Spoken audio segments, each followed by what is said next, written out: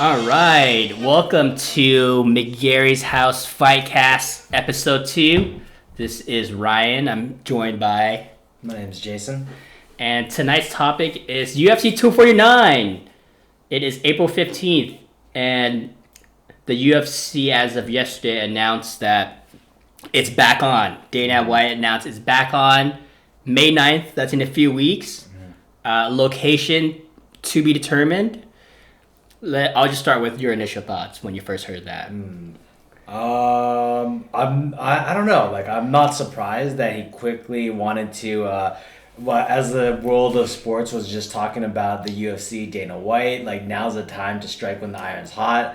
Like, what else do they have to talk about? Throw your name back out in the ethos, and I think it worked. Like, people took the bait again, but I'm. Like, it's funny, this whole, like, we don't know where it's going to occur at. Like, that's, like, the big question mark. Because the reason why it was pulled the first time was because the location that they had designated as where they're going to sanction the event was in California. And Gavin Newsom spoke with Disney, and Disney decided to pull the plug. So I don't see California saying, yeah, in 3.5 weeks, you guys are more than welcome to use that same location. Like, they're probably not going to be down with that. So the big question is, where is it going to move to? So again, the location is a mystery, right? And it's 3 weeks away. The whole world is on lockdown. This is the second time he announces it. Yeah. Again, there's no location. There's been speculation and rumors. The first one that most people are talking about is in Florida at the WWE Performance Center, where the governor of Florida deemed WWE as an essential business. Hey, it might be essential to people in Florida. And that's crazy because if WWE is an essential business, of course UFC has to sneak in the door. Yeah, right. I guess, and by the theory of WWE, which is fake professional wrestling, then real fighting should be I don't know, it seems like it's more essential than fake fighting, right? And then I've also heard that boxing promoters are looking at Florida now too. Interesting. So you're not just getting WWE, you're getting MMA, boxing. So that seems to be what most people are talking about, but there doesn't seem to be a definitive source. What some other people are talking about is the Apex Center in Vegas, the UFC's Fighter Institute. Right. And that's a popular one too. Dana White's still throwing the idea of Fighter Island. He's still adamant about it. Yeah. He doesn't want people to think that it was all a facade. Right. On our last podcast, you were convinced that there was no such thing as Fighter Island. Well, what's your take now? Yeah, so I don't doubt that there is not a Fighter Island. I'm sure that there's some remote location that is off the coast that might be able to house like a UFC event. I can't think of one off the top of my head that has the facilities and also like the infrastructure to ship a bunch of production crew and fighters. Like the card requires like a lot more that a lot of people to get out there, right? So I don't know, like whether or not it's real. Maybe yes, probably it is, but will it happen on a Fight Island? I'm a little bit doubtful, but I know that Dana White, like I've seen enough Dana White interviews and seen his like walk through his office. Dana White's basically like if you took a 16-year-old boy and then just gave him a bunch of money, and then aged him like whatever 40 years, right? Like that's Dana White in a nutshell. Like it's hilarious. Like he's into collecting like the most like the type of art that me and you would have in college if we had the money, right? Like, yeah. Like I don't know. So my point being is, I think Dana White is more in love with the idea of Fight Island. Because he's seen enough of those, what's that movie that everyone keeps on referencing? Enter the Dragon? Yeah. Yeah. He's seen enough of those old school fight movies like, where Enter the Dragon, where it's a tournament to the death. Like, of course, this is like his dream. Like, this is an opportunity for him to make a splash, And it's just not feasible with 3 weeks to go to do Yeah, I'd be fight surprised if he can. Yeah. Another thing that's really interesting too is the timing of it all, because we're now 3 days away from like the original UFC 249 date, Yeah. and then last week, Governor Gavin Newsom came in at the last minute and shut shit down. Yeah. And what was interesting about this week was just yesterday, Gavin Newsom held a press conference talking about continual lockdown in California, and one of the things that he mentioned was, don't even think about having sports in the summertime. Like, don't even think about it. Yeah. And then the very same day, the UFC breaks the news that UFC 249 is moving forward May 9th. Do you think that was a jab from Dana to the governor? I wouldn't doubt it, but at the same time, like, I don't think, like, realistically, does Gavin Newsom even care? He's just like, not it's not gonna happen to my state, so it doesn't matter, you know. So at the end of the day, probably not. But I like that angle though. I want to imagine Dana White being as petty as that, where he just like, whatever we do, let's try to interrupt the conference. Let's try to, throw a jab if we can. But at the end of the day, like, I think the governor's job is, pretty critical right now. So the last thing he cares about is what's going on in the UFC. He's like, as long as it's not in California, and he's not responsible for it. Yeah. Another crazy thing too, not to bring it back, but so the state of Florida, they're pretty much super lax compared to other states. Like, they're allowed spring break to go on. They're deeming the WWE an essential business. They're all just all, seems like, from my perspective, they're just trying to make money. Like, they're trying to boost their economy. But the interesting thing is that UFC's journey, Dana White's always wanted to be like Vince McMahon. Same business model, making the brand of the organization bigger than any individual athlete or star, transitioning to the pay-per-view model, to the subscription model. And I'm just thinking, what if Vince McMahon sons Dana White and somehow gets MMA banned in Florida for the time being, or is that just not? I don't know. What's their relationship? Do they have any sort of known history together that you're aware of? I don't think so. I think it's more so just trying to be the only game in town type deal. Like, don't try to steal our thunder, because I'm sure like their ratings are probably doing pretty decent. But yeah, I don't know. That might be. I don't know. It's kind of funny because they're both sort of like caricatured. Like, just Vince McMahon more so, I think, because he's literally, part of his job is acting. This is not even like really relevant to what you were saying, but Vince McMahon just lost it. Like, the XFL just filed for bankruptcy. Oh, right? Yeah. So he has a lot on his plate. So I don't know. Like, will he try to do that? Like, try to monopolize a game in town in Florida? I don't know. Like, I could see both ways. But I don't see how UFC being able to run their business in Florida affects WWE's revenue, though, because it's not like well, this is how I see that if both of them are in Florida and then like they're not able to flatten the curve, they're gonna say, hey, what's going on in Florida? Get your shit together. You guys got the WWE hosting weekly events here. You have the UFC flying out fighters from all over the country here. Like, that's part of the problem. Like, is that essential? And they're going to just pull the plug, right? Yeah, that's another thing, too, is that they're going to get so much heat from the media, from reporters, sports reporters, mainstream media, just people that are just trying to find headlines. And much deserved criticism. So do you think it'll be enough backlash that it won't go forward for the second time? Man, it's like that old adage, like, fool me once, shame on you, fool me twice, shame on me.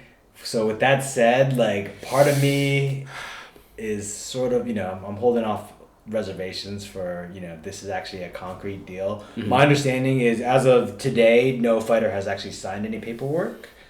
As far as I know, I just only checked like this morning. Yeah, they've had verbal agreements, like managers saying that their fighters are verbally agreeing to their fights, but I haven't heard of any contracts either. Yeah, so, and as far as I'm concerned, like without the paperwork, without the documentation, like, your word is good as nothing right now, you know. So, but having said that, like Dana White already, like we talked about this last time, but Dana White already kind of looked foolish, but maybe strategically so, by announcing an event and then having to pull the week before the event. Like, if he does it again, like, I don't know, like, I'm trying to think of the angle here, like, it's gonna make him look kind of even more bad. Yeah, because some like MMA outlets were already calling for him to be fired. What? Like BloodyElbow.com's Really? like, editor, maybe it's time Dana White steps down from the UFC after his last blunder. Wow. And I'm like, dude, first of all, if he gets fired, you're not gonna have a job. If there's no MMA, there's no jobs for MMA reporters. Right. Well, he's not the owner. I mean, they'll replace him as a CEO. Yeah. But yeah, I get your point. Like, yeah, it's not going to help the MMA or the UFC at large and directly affect Bloody Elbow. But that's weird. That feels like an overreaction, you know? Yeah. But like, to your point, like, they're probably just trying to get any kind of clicks right now because there's not much going on in the news. So they're also pulling a Dana White, just throwing out outlandish stuff against the wall to see what sticks, right? Yeah, so I'm definitely looking forward to the next few days here, and I am hopeful. Yeah. We just need, from my perspective, every day it's just worse and worse news. Yeah. It's just like we just need some type of positivity. And another thing I almost forgot to bring up was Donald Trump hosted a meeting with all the heads of sports recently, including Vince McMahon. It was a conference call. Yeah. Vince McMahon, head of NFL, Dana White, head of NBA, and he's really wanting sports to come back. Yeah. So I think with the Florida situation, it's on Trump's top of mind. He wants it to move forward. I'm more hopeful for this time around, but we can revisit that. But let's get to the fight card itself because it's stacked. Yeah. 3 championship fights. Let's start at the top. Tony Ferguson versus Justin Gaethje. I know that you did a fair amount of research on Justin Gaethje when you found out that he's going to be the replacement for Khabib. Yeah. What's your thoughts? Well, my initial, and I don't think we talked about this last time, but like my initial reaction was like, well, why is this guy getting so much hype? He's only been in the UFC for like a short amount of time. Warranted he has a longer MMA career, and he had like a couple quick finishes recently. But I was like, does he warrant the hype? And then as soon as I started watching his fights, I started buying into the hype too. And I'm very susceptible to, like I said, the UFC hype machine. So the UFC marketing machine is amazing. Yeah, like honestly, they could have put out, like, I don't know why people aren't excited about this fight because I'm like, dude, they're gonna do some damage. It's just gonna be action-packed fight, you know. Yeah, neither of them have been in a boring fight. They both go to war for sure. And like the beautiful thing is like I think that we know it's not going to go the distance, which is it's always fun just watching a fight and just knowing that one of them is going to be there's not going to be a unanimous decision. They're not going to leave it up to the judges. Yeah, somebody's going to get their hand raised decisively, right? So having said that, I'm like super excited for this fight. I personally think that I don't know. I initially if the fight were to happen this weekend, I would say Ferguson, but I'm almost like his training was so, like, he might be at first I was like, Ferguson's at an advantage because if it was this weekend, because he had a full fight camp, he was expecting to fight around this time, and he set it himself up so he'd be peaking right now, you know. And it just kind of occurred to me because he made a joke yesterday to Justin Gaethje. He was like, "Are you still planning on making weight for Friday?" You know, like just insinuating like he never got the memo, right? And like, but it got me thinking. I was like, man, he must be in his peak tip top form right now, you know. And the sports is like they have nutrition and training camps down to like a science, right? Which is why he was so favored going into this fight because Justin Gaethje, seemingly we don't know what kind of shape he is, and he's fighting on short notice. And So I think, having said that, I think delaying it by almost a month after when the fight's supposed to happen is gonna throw him off. Like, warranted. Like, I don't think it, like, Tony. We talked about it last time. Tony's like a guy that could anytime, anywhere, type deal. But having said that, it's going to just give Gaethje a little bit more time to prep, and then having Tony just like kind of maybe falling right outside of his peak performance. Wow! How dare you? That didn't come from me. Having him fall outside of his performance, cycle. I don't know, and yeah, that's a good point though. Yeah, you're right. It is like down. A lot of the guys at the top for sure have nutritionists and trainers that have them perform at their physical peak right around fight time, and now that it's delayed a few weeks. How does that affect, right? Do they plateau and go down?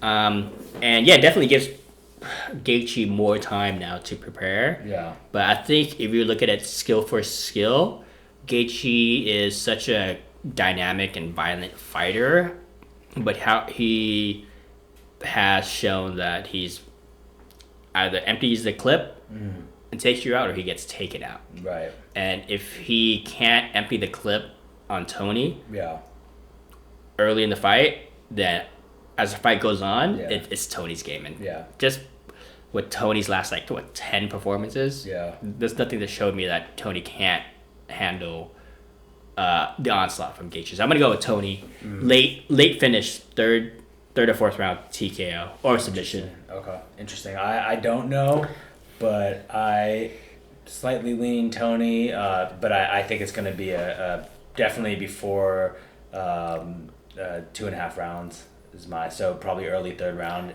at the latest, I think. Okay. Yeah. Okay, cool. So the co-main event, this is a really interesting one. It's Henry Cejudo, Triple C. Yeah. Triple cringe. He's slowly becoming my guy. I don't know. I love Henry. He's just so, he tries so hard to be cringy. Yeah. And funny. Yeah. I like it because you know why I like him? Because everyone. Because he's playful. Yeah. Everyone is trying to take this. I'm out. Everyone's out to get me. Conor McGregor bravado, and that's a great lane for certain people like Conor McGregor, but it doesn't work for everybody. Yeah. And it really doesn't work when everyone's playing that game. It's there can only be one or two different variations of Conor McGregor. You got Masvidal, who it works pretty well with. There's certain people who he has that bravado. Cuban, Scarface bravado. Yeah. But But Henry's 4'11". Yeah. Talking about bending the knee. Yeah. He's just trying to be fun. Yeah. I don't hate it. I don't hate him. I get that he's trying to sell. And what I love more about him is that I feel like he has a bigger target than most champions because he's willing to go up. He's willing to go up, and people want to go down to fight him, and that's just kind of some BS, that snake in the grass, TJ? Yeah. I don't know. I just feel I'm rooting for the guy, He definitely doesn't get the respect that he deserves because Olympic gold medalist wrestler, flyweight champion, defended against TJ when he moved down. Yeah. And then before that beat Mighty Mouse, and then moved up to fight the number one contender, Marlon Moraes, with the crazy comeback fight and beat him. And he's talking about moving up to 145 if he wins his next fight. And that's going to be a first. And he's also talking about fighting Valentina Shevchenko for the intergender championship. Yeah. So it's he's just fun. Yeah. But and he's fighting Dominic Cruz, is coming off a 3.5 year layoff to immediate title shot. Yeah. Which I love Dominic Cruz. He's one of the smartest guys in MMA. I always love listening to his insights and his interviews. But how do you? I don't know how I feel about. As far as a fighter, he's I think he's great to watch, and as a commentator as a color commentator on that on the UFC, I think he's phenomenal. He's just super articulate, easy to understand. But as someone that I can root for, I never got super attached to the guy, and I think it's going to be interesting. I'm actually this is probably it's up there with in gaining my interest. Yeah, I the more I think about it, the more I really like that fight. Like they're very stylistically different, and it reminds me of when Dominic Cruz fought Mighty Mouse early in his career, and he was just too big for him. Right. And I'm curious to see if Cejudo can overcome that, because it was supposed to be originally Cejudo versus Jose Aldo, which was kind of a weird fight with Aldo coming off a loss. Yeah. But Aldo, because of visa issues and coronavirus, can't leave Brazil. Right. So, yeah, I like that fight. Yeah. And then Amanda Nunes versus Felicia Spencer. Tell me about Do we fight. even need to talk about this fight? It's I don't know. I'm KO first round probably. Really? Okay. I've heard that name Felicia Spencer, but I haven't seen any of her fights. Yeah. Okay. So we think Amanda Nunes, she's got to be like a heavy favorite, like minus 500 maybe. Yeah, probably even minus like 700. No. It's pretty rare when we get fights that lopsided, but I don't know. We'll have to. We should do a reaction video to some of Felicia's highlight reel. You know. Hopefully she doesn't watch this video. Hopefully she's not the 28th viewer on this YouTube video. Yeah. Do you want to talk about Francis Ngannou versus Rosenstruck? I think this is only interesting because like any fight that Francis is on, like he's such an easy sell because he looks like a machine. Like he just like a freak of nature. Yeah. And like there's just like a handful of clips that you could just show of him like one punch knockout power. It's like you blink and it just lights out. Lights out, and it looks so violent. And that's like the most scared I've been watching a UFC was watching like a Francis Ngannou. I forgot who he. You remember when he out. fought Overeem? With Was he it the murdered him with the uppercut? uppercut. Yeah, that was the one. Oh my god, yeah, that's horrible. Yeah, so I think, and you put that guy on a card, and to me, it's like instant draw. I don't know much about this other guy. I was like kind of looking into it when they first announced the card. He looks like another impressive like specimen, but Francis just seems like on another level, just like superhuman. Yeah, and Rosenstruck, he is good. He also knocked out Overeem, and he gave him like that gnarly cut on the lip. So that's gonna be a good one. Yeah. Poor Overeem, huh? Just getting victimized left and right, man. Hey, but he's still back in there though. Like he doesn't seem like he has a lot of CTE. Right? Yeah, like he always seems like he's ready to fight the next week. Yeah. And then you want to talk about an interesting fight that they're proposing, the rematch between Donald Cowboy Cerrone and Anthony Pettis. The original fight when Pettis was in his prime, he TKO'd him in the first round. They're both coming off losses on the back nine of their career. Yeah. I don't like this fight because I don't want either of them to lose at this point. Yeah. Because I like them so much. And like, what does it add to their legacy? But I feel like there's a lot of fights that both of these fighters have been taking where it's just like, why did we book this? Like, I don't know. Yeah, because Pettis did lose to a non-recognizable name his last fight. Oh yeah, that's right. I don't remember who that was, but yeah. But I think that like I don't know. Like I think they're always going to be a name draw. Like they have moments in their careers that are going to carry them. And I don't think that they've been taking such a beating that it's like hard to watch. They're not like a BJ Penn where you're watching like just give it up. You know? So like I'm not. It's not like Bob Sapp status. Yeah. But it's not something that I'm like excited to like I'm like what do they have to really gain at this point. But at the same time, like, what are you gonna tell them to retire? Because like I don't think that like I don't know. Maybe Cowboy's older though, right? Cowboys. They're probably around the same. I thought Cowboy probably a couple of years. Yeah. But but yeah, you're right. At the end of the day, I think it's still gonna be really fun, exciting, fast-paced fight, and those are the two guys that are such fan favorites and they provided so many great fights that I don't think losing this fight will hurt their reputation too much. Yeah, no, absolutely not. Yeah, like I said, they've already had enough like accolades and moments in their career where it's just like, they can rest their hat on it. So, Awesome. So there's a bunch more great fights on this card, but I just wanted to touch on the ones that most people may know. Which brings me to the last part of the video. Final prediction, but it's not on the fights. Final prediction. Will this event actually go through? Turn it over to you, Jason. Man, that's we briefly talked about it. I was like, the whole fool me once, shame on me, fooled me twice, Dana White, shame on you. With that said, I just don't see him like goofing it this second time. Yeah. But I know it's gonna be shame on me if he does, So I'm gonna say that he doesn't, like, he somehow pulls it off. Like, he has 3 more weeks. He's not gonna hold it in California. I think that they'll make it happen somewhere else. Fighter Island, who knows? Who knows? I think if it happens, it'll happen in Florida, and we first have to see. Well, I don't know if there's a WWE event happening before that. If there is, we can see how that plays out. But if it does happen, it's gonna be in Florida. I highly doubt that's gonna be on Fighter Island.